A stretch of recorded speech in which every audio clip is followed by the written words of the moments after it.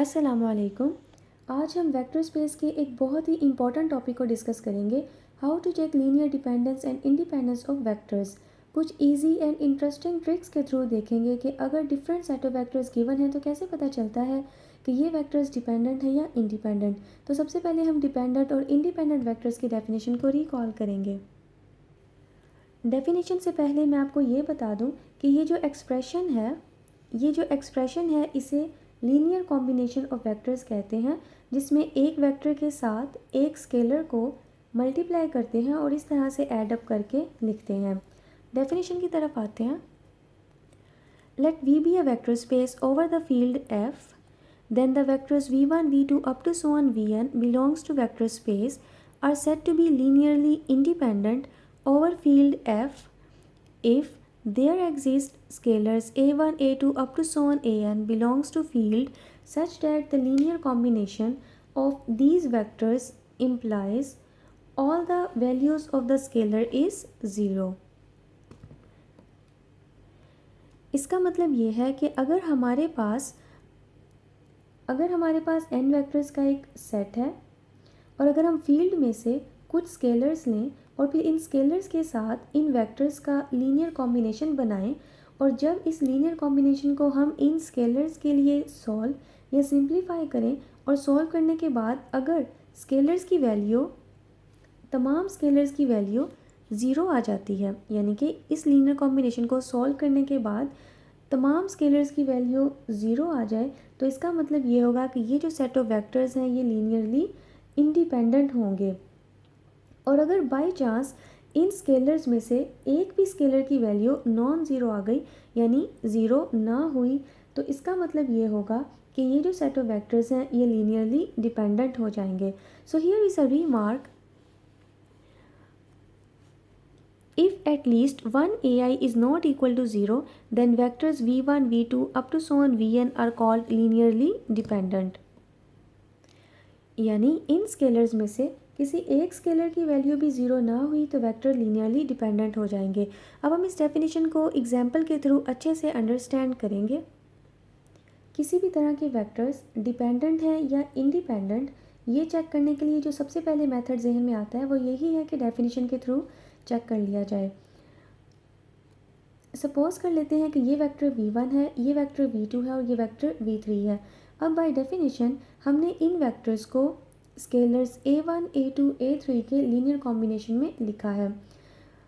इसमें v1, v2, v3 vectors की values को पुट कर दिया है, स्केलर्स को इस तरह से वेक्टर के साथ मल्टीप्लाई करके लिख लिया है। अब x कोऑर्डिनेट वाले वेक्टर्स 2a1 प्लस 0 प्लस 0 इनको इकट्ठा करके यहाँ लिख लिया। y कोऑर्डिनेट वाले vectors 4a1 plus a2 plus a3 इनको एडअप करके ऐसे लिख लिया और इसी तरह से z कोऑर्डिनेट वाले वेक्टर्स को भी एडअप करके लिख लिया है। आप देख रहे हैं कि ये जो 0 है ये भी एक वेक्टर है, यानी ये भी एक वेक्टर है और जिस तरह के वेक्टर्स हम ले रहे होते हैं ये भी उसी तरह का ही वेक्टर होता है। 3 टुपल्स के वेक्टर हमने लिए हैं तो ये 0 वेक्टर भी 3 टुपल में होगा। अब यहाँ हम कंपैरिजन करेंगे, तो कंपैरिजन करने से हमें 3 इक्वेशंस मिली हैं। ठीक है, अब इन 3 इक्वेशंस को इस तरह से सॉल्व करेंगे। इन 3 इक्वेशंस को इस तरह से सॉल्व करने से हमें स्केलर्स की वैल्यूज़ मिल जाएंगी। ठीक है, तो अब इनको इस तरह से सॉल्व करेंगे तो स्केलर्स की वैल्यूज़ क्या मिल रही हैं हमें? 0। लीनियर कॉम्बिनेशन में हमने देखा था कि लीनियर कॉम्बिनेशन में हमारे पास 3 वेक्टर्स थे और 3 ही स्केलर्स, यानी जितने वेक्टर्स होंगे उतने ही स्केलर्स। तो जब हमने इस लीनियर कॉम्बिनेशन को इन स्केलर्स के लिए यानी कि स्केलर्स a1, a2, a3 के लिए सॉल्व किया तो हमारे पास स्केलर्स की वैल्यूज़ क्या आ गई? 0। तो इससे पता चला कि ये जो हमारे पास सेट ऑफ वेक्टर्स है ये क्या हो गए? Linearly independent. सपोज करें अगर इन स्केलर्स में से किसी एक स्केलर की वैल्यू 0 ना होती, यानी कि नॉन ज़ीरो होती, तो फिर ये सेट ऑफ वेक्टर्स क्या हो जाना था? लीनियरली डिपेंडेंट हो जाना था। यानी लीनियरली इंडिपेंडेंट के लिए हमारे पास जब स्केलर्स की वैल्यू 0 आ गई तो इसका मतलब ये हो जाएगा कि सेट ऑफ वेक्टर्स जो हैं ये लीनियरली इंडिपेंडेंट हो जाएंगे। तो वेक्टर्स लीनियरली डिपेंडेंट हैं या इंडिपेंडेंट, हमने देखा कि डेफिनेशन के थ्रू ये बात चेक करना टाइम कंज्यूमिंग है और टाइम टेकिंग है और एक लॉन्ग प्रोसीजर है। अभी ये हमने 3 वेक्टर्स के लिए बाय डेफिनेशन चेक किया है। अगर 4 वेक्टर्स के लिए चेक करेंगे तो प्रोसीजर और ज़्यादा लॉन्ग हो जाएगा। तो कुछ इजी ट्रिक्स हैं जिनसे चेक किया जा सकता है और बड़ी आसानी से चेक किया जा सकता है कि कौन से वेक्टर्स लीनियरली डिपेंडेंट हैं और कौन से वेक्टर्स लीनियरली इंडिपेंडेंट हैं। तो फर्स्ट ट्रिक ये है कि अगर आपके पास सेट ऑफ n वेक्टर्स हैं और इन वेक्टर्स में से कोई से 2 वेक्टर्स इक्वल आ जाएं या किसी एक वेक्टर को आप किसी दूसरे वेक्टर के स्केलर मल्टीपल में लिख सकें, तो ये जो वेक्टर्स होंगे ये क्या हो जाएंगे, ये लीनियरली डिपेंडेंट हो जाएंगे। यहाँ एक एग्जांपल के थ्रू देखते हैं। यहाँ 3 वेक्टर्स हैं, ठीक है, जिनमें से ये जो 2 वेक्टर्स हैं ये इक्वल हैं। तो इसका मतलब है कि ये जो सेट ऑफ वेक्टर है क्या हो गया, लीनियरली डिपेंडेंट हो गया। इस सेट में आप देख सकते हैं कि इस वेक्टर को हमने लिया है और इस वेक्टर को इस तरह से लिखा जा सकता है। हमने जस्ट -2 को कॉमन लिया है, तो आप इजीली देख सकते हैं कि ये वेक्टर जो है इस वेक्टर का क्या है, स्केलर मल्टीपल। ठीक है, यानी इस सेट में हमें ये जो 2 वेक्टर्स हैं हमें मिले हैं जो एक दूसरे का क्या है, स्केलर मल्टीपल है। तो इसका मतलब क्या हुआ कि ये जो सेट ऑफ वेक्टर्स है ये क्या हो जाएगा, लीनियरली डिपेंडेंट। ठीक है, जैसा कि हमने एग्जाम्पल में यहाँ पे देखा था। ठीक है, तो इस तरह से ये जो सेट ऑफ वेक्टर है ये क्या हो जाएगा, लीनियरली डिपेंडेंट।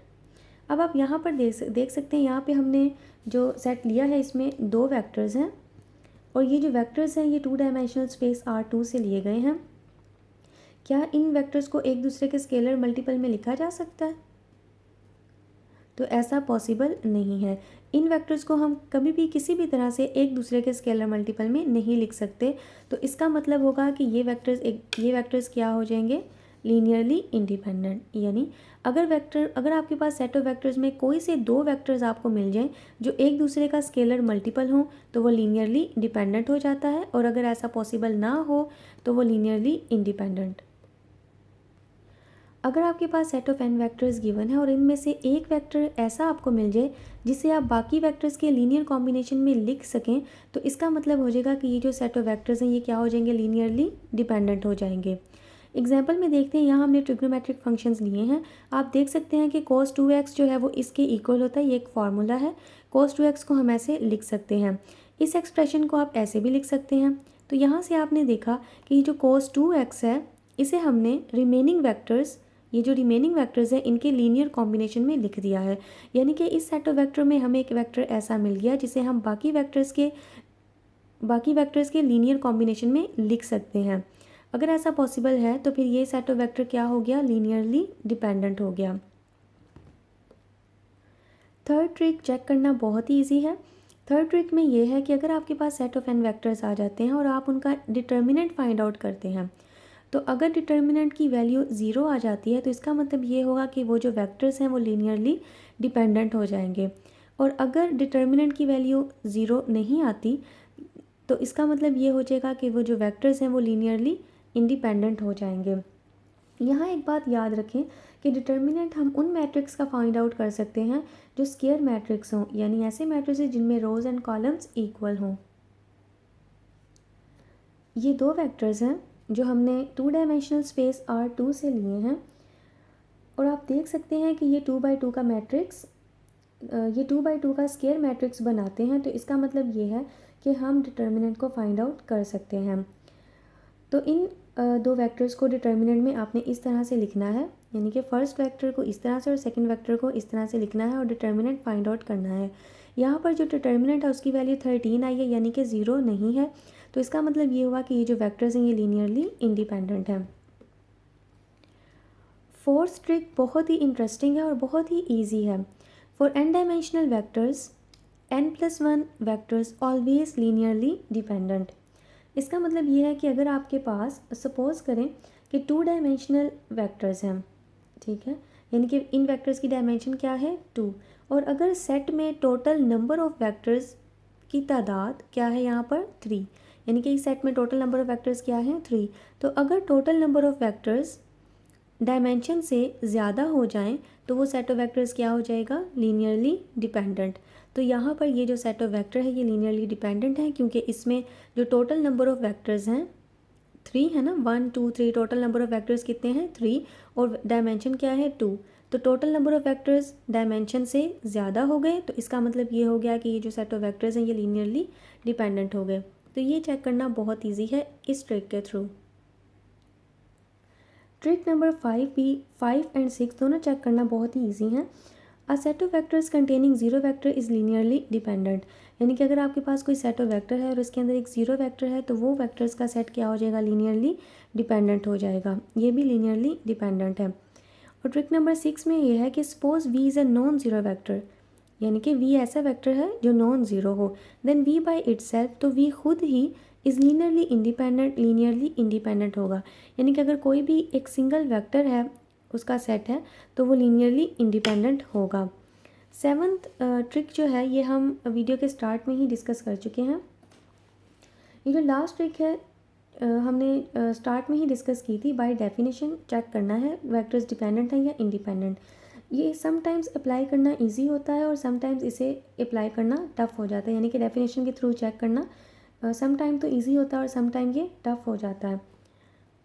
नेक्स्ट वीडियो में बहुत ही इंटरेस्टिंग एग्जांपल्स हैं जिन्हें हम इन ट्रिक्स के थ्रू सॉल्व करेंगे और बहुत ही इजीली वो सॉल्व हो जाएंगी। तो if you like this channel then kindly like, share and subscribe my channel for more interesting videos. Thank you.